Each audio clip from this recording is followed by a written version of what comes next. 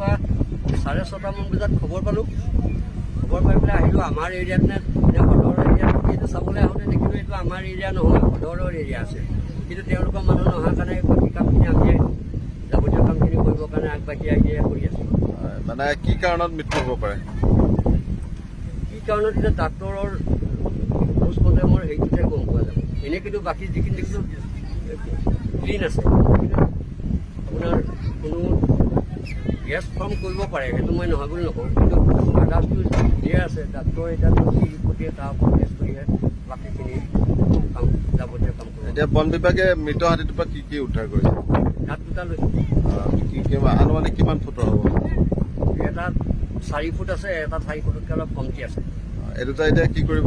এই দুটা নি পেলাই আমাৰ অফিচলৈ নিম, অফিচত নি পেলাই বইল কৰি আকৌ নতুনকৈ মাছ লৈ আমি আমাৰ ডিভিজনত জমা দিম। ডিভিজনৰ তাৰপিছত জমা দিব। ইতিমধ্যে কি মৰণোত্তৰ হৈ গৈছে? মৰণোত্তৰ হৈ গৈছে আৰু এতিয়া কি তাক পুতাৰ ব্যৱস্থা কৰিছে?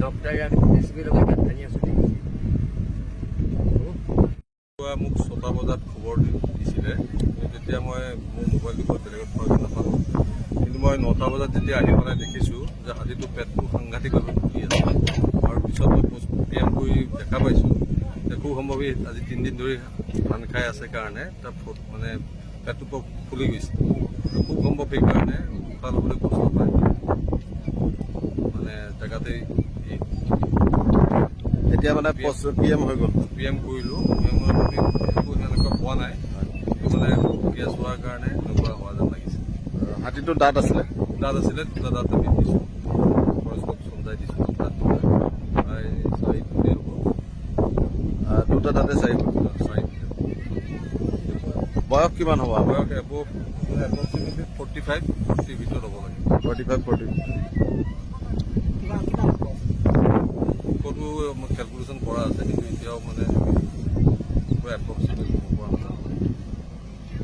মিনিমাম 8 ফুটটো হ'বই।